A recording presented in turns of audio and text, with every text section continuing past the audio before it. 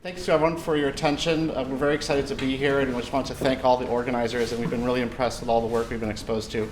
So I'm David Robert, and this is Leland Hepler. I'm the director of HRI at Boston Dynamics, which is a US-based robotics company. And I head up the product design of Spot, our dog robot.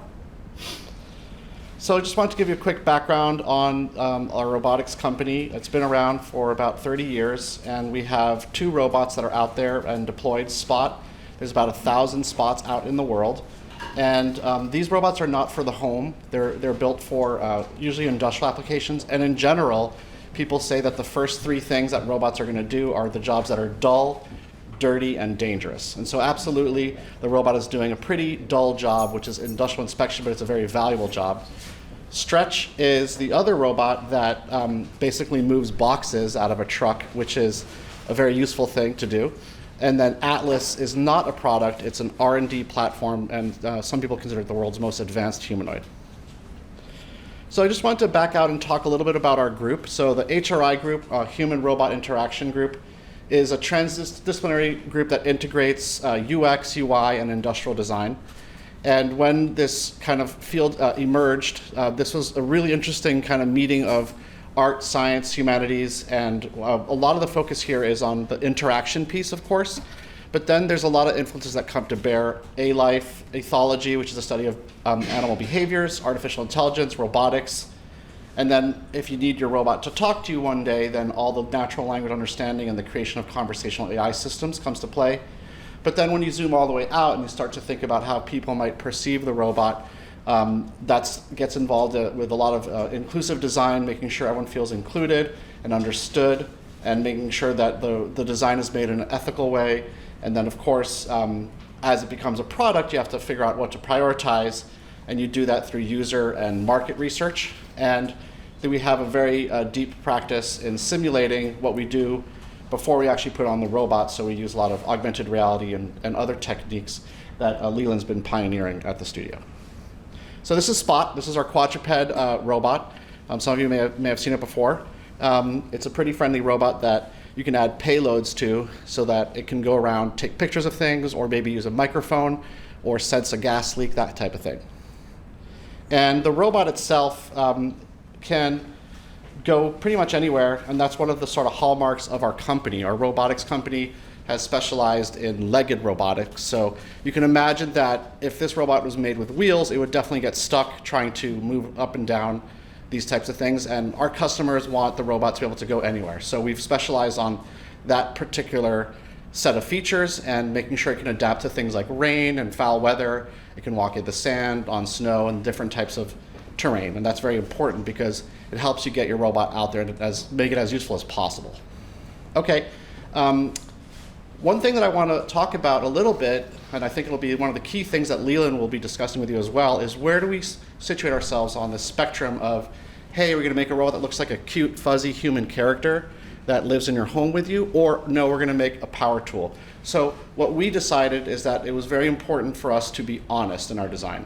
We don't want to suggest to anybody through the design that robots are alive or they have feelings, because that could be misleading. So Spot should not rely on overly expressive treatments and just focus on clear utility. People's opinions, in my opinion, people's opinions can be influenced by 3 things: the appearance of the robot, so how it looks, the behavior, how it moves, and then people's prior exposure to real or imaginary robots. Now, for the appearance, we can control that through design. Through the behavior, we can control that as well through design. But folks' prior experience and exposure to robots, either real or imaginary, is something that we can't control. So we focus on what we can do.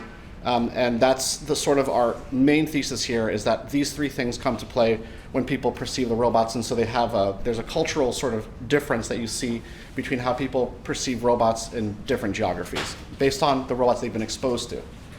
Interestingly enough, as a quick aside, I would say that one of the most fascinating papers I read recently, which is pretty obvious, is that people that are not experienced, or have no direct experience with robots, have a certain type of opinion, but then once they have that experience and they are in contact with a robot, their their opinion changes quite a bit. And that's been shown for industrial robots. It changes a lot. Like, oh, that's going to take my job. I'm scared of it. And then all of a sudden, they work with it and they realize, oh, okay, it doesn't do that much, but it does something really useful that I don't want to do. So they change their attitude towards the robot. And that's an important part of the HRI factor. Now, another thing I want to back out on is just the idea that robots represent an entirely new ontological category of being. And that category of being lies between an inanimate object and a fully animated thing, like a pet or a person.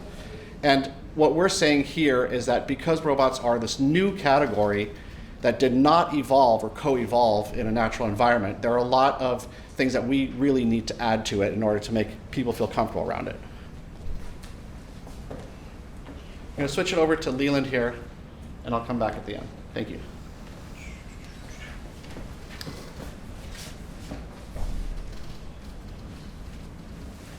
So when we're talking about dogs in general, we're talking about when you talk about a classic dog that you have in your house that your children play with, whether we're aware of it or not, there's this rich informational interface that that dog has. It has a face that displays, its emotional state. It has postures that it does that give us clues as to what it's going to do next.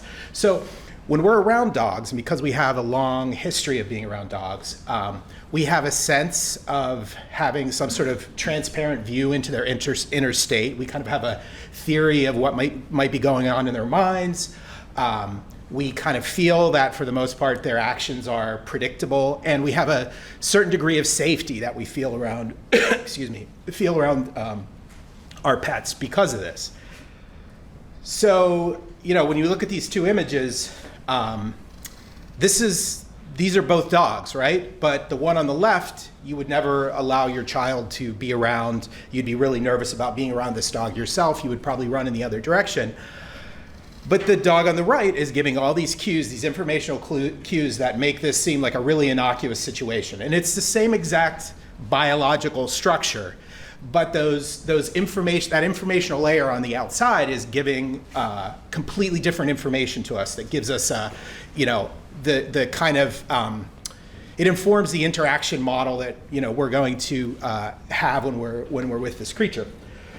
So when we're talking about a robotic dog, our Spot robot, the question becomes, how do we recreate that sort of rich informational layer with a mechanical robotic dog? So obviously it has 4 legs, so it looks vaguely biological. And if we look at these higher level issues about making the inner state of that robot transparent, making it feel predictable, the question is, what's the appropriate relevant set of things that you do to give people a feeling of safety around your robot? And a lot of people immediately jump to, hey, let's put a face on this. Maybe we put a waggy tail. But I think that's exactly the wrong way to approach this, because a face, a lot of what the information that's produced on the face of the dog is, they show their teeth to show that they're angry, show that they're aggressive. It's all wrapped up in these very specific biological issues that are specific to like real life dogs, and we want to get away from that and kind of come up with the most relevant set of things that expose the information that's important for our mechanical robotic dog. So there's a whole set of things out in the world that kind of have a similar problem, that have come up with ways to handle this problem. So automobiles, for instance, automobiles have lights and sounds that are on the external surface of the robot surface of the car, to give people some knowledge about what the driver's going to do next. We have the sort of craft of animation and motion design, which is all about controlling attention, communicating through body language. And in video games, there's a whole lot of conventions where, when you're using a character in a video game world, we project user interfaces and information onto that character to help you understand the state of it, so you can interact with the world and manipulate the character in the way that you need to. So when we're talking about externalizing cues, kind of like we do in cars, one of the most important things that makes people feel somewhat uncomfortable when they're around our robot is, what's it going to do next? Where is it going to move? Is it going to move forward, backward? I don't know what's going to happen next. So we're talking about externalizing these cues on the robot's surface, using the car model to give cues about the spatial thing that the robot's going to do next. So here's an example of, the robot's about to move forward. You flash lights and sound in the front of the robot. You give it backup lights before it moves backwards. You put turn signals on the feet, so before it turns left or it turns right, you can always look and get information about what the robot's going to do next that's kind of exposed for you and there for you to help determine what you do next when you're around the robot. Using information-rich body language is another approach we could take from animation. Again, here's just a little animated example of the robot doing a little behavior to give you a cue that, hey, with a tap on the foot, that becomes a readable convention that gives you the cue about what the robot's going to do next. So it's like, I'm going to move left, I'm going to move right. Here's something that takes that a step further, getting to a hallway and kind of mimicking the behavior of looking both ways before moving. So it's like the foot gives the first cue, hey, I'm going to move left, looks right, looks left again, and then moves on. So projecting state information into the world is something that, like I say, video games is very common, ubiquitous in video games. And frequently you see things like this where you have a character and there's important gameplay information that's projected into the world or that's hanging off the character or that's put onto the screen surrounding the character, so you have all the tools that you need to manipulate the character in your world. This is very common, health bars hanging off characters.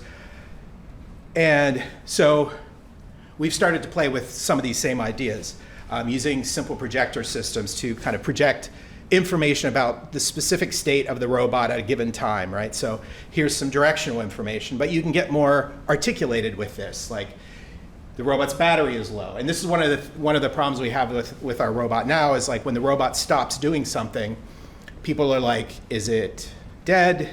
Is it, as far as like the battery, is it stopped in some way? Did I do something? They just have no window into what's happening inside the machine. So, things like batteries, but also, our robots do inspections, they take photos, they, need to return to the home dock. Again, getting back to navigational information, there's a whole series of things that we can project on the ground or project out into the world that gives users a clue about, the state of the robot and what it's about to do. We've also played with this idea of projecting the path that the robot is going to continue moving along, so you know when to get out of the way.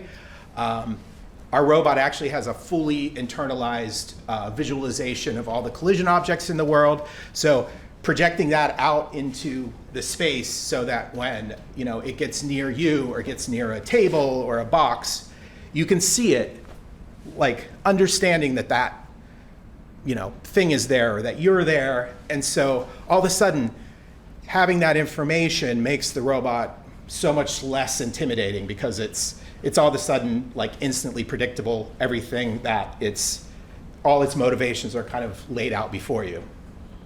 So what we're really doing is, we're trying to externalize the relevant inner life or inner state of the robot and, make that inner state transparent, make those actions predictable. And the ultimate goal is to have that, result in a certain level of comfort or a feeling of safety when you're around our robots. And I think the important thing here is all of these things that we're externalizing aren't just mimicking the biology and the biology, like in a superficial way, mimicking the biological features, but they're trying to figure out what the relevant information is and figure out a way to externalize that in in a core way, and that becomes the sort of aesthetic conventions that the robot uses to, you know, move about the world and communicate with you. So just to wrap it up, and thanks again, Leland. Yeah, sure. So in our quest to make robots safe and simple to understand, these conventions that Leland's pointed out make it so that the robot's extremely intuitive to use. And not only do we doing this on Spot itself, but we're also doing it on all of our other robots. We're starting to. And of course, it's not just a matter of design. We also have to take a zoomed out view and think about sort of the ethical principles. So some of you may or may not be aware, you can go to our About section on our website and learn a lot more about what we're doing in lieu of any laws in the United States that stop us from, you know, or regulate any people that are making robots. So we've come out with a sort of a statement position about anti-weaponization for robots, where we've led that coalition. We're trying to legislate that right now. And then again, just from the very beginning, I joined this company because I was very excited about their ethical position on robot design, making sure that we don't intimidate not only people but animals as well. So you're welcome to check that out. And I just want to end with just a little bit here to link it to the theme of this panel. We firmly believe that one of our specialties is developing athletic intelligence for robots. And that means really the ability to create all this graceful, articulated motion. And that's because our CEO and founder was a competing gymnast, and he's the one in his MIT PhD that taught the robot how to do front flips, back flips. So you're looking at, on the top left, the video of what the robot's doing, and on the right you're seeing what it thinks the world looks like inside, and this allows it to plan. Finally, just wanted to talk a little bit more and wrap it up about what's happening right now. Sorry, I guess we're not allowed to show this right now, but essentially there's some interesting collaborators from Meta, Facebook, that are now building up a visual cortex for Spot so that it can go into a room and start to analyze and understand what's around it. So again, thank you so much for your time. Appreciate it.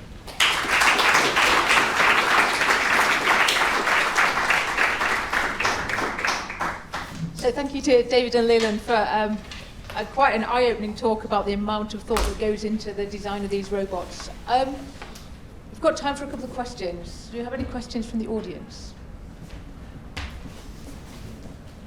Thank you. A couple of times in the talk, the robot Spot was likened to a dog. I'm just wondering, did you start with the concept of the dog as the design principle? Was it there was a niche you wanted to fill with the robot, and it just a dog-like form happened to be the most optimal solution to that? Well, I mean, quadruped movement is very general purpose, right? So there's a lot of robots out there that have wheels, but when you want something really general purpose to move in a lot of ways, we're really mimicking what evolution kind of optimized for, right? And our robot can go on ice and up rocks and upstairs, and as well as, you know, slick surfaces, flat surfaces. And so that's really, and to be honest, like the company at the time when that was developed was still in the phase of, hey, let's develop something cool and see what happens. We're now on the other side of that, where we're being much more deadly, with deadly intent, trying to approach things as products and, you know, focusing on specific use cases. But the quadrupedal thing came out of that, you know, general purpose, old school kind of research environment. Thank you. I've got one more question. I think, hello? Just keep it close to Okay. My question is to do with the humanoid robot. So I understand that you're not trying to create a robot that live with you in your home and to become your best friend. So could you talk a little bit about the motivation behind developing a humanoid robot then? Yeah, thanks. I'm not sure it works. That's a really good question. So the reason why, well, first of all, our design philosophy about Atlas is that we do not want it to look like a human being at all. We want it to look like a robot, because that's what it is. And again, it's staying close to our design philosophy that we should be really honest and transparent. These things are brand new, and a lot of people have different opinions about them. To answer your question directly and quickly, the reason why it's in a human shape is because the world is made for humans. And when you want something to work with you, if it was a little short robot on wheels, it might have difficulty, for example, opening a door that was made for a human to operate. So the world is made for humans to work in mostly, and that's why we're creating these machines that are going to assist humans in that work. Thank you very much. Go on, well, because it's William, we'll let him have that question, but it better be the last one. Thank you. It's a treat. So, sorry, I missed the very start of the talk. The question I've got is, can you give the Spot a list of instructions? Like, go and get the ball, then when you've got the ball, go and open the door. When you open the door, do X, Y, and Z. And then do you have then if then else statements built into that? Like if you can't pick up the ball, do this instead. Like you have a tree of things to do. Just generally, that question. So the way you get utility out of Spot is, the way you get utility out of Spot is currently is teaching the robot by putting it through the paces.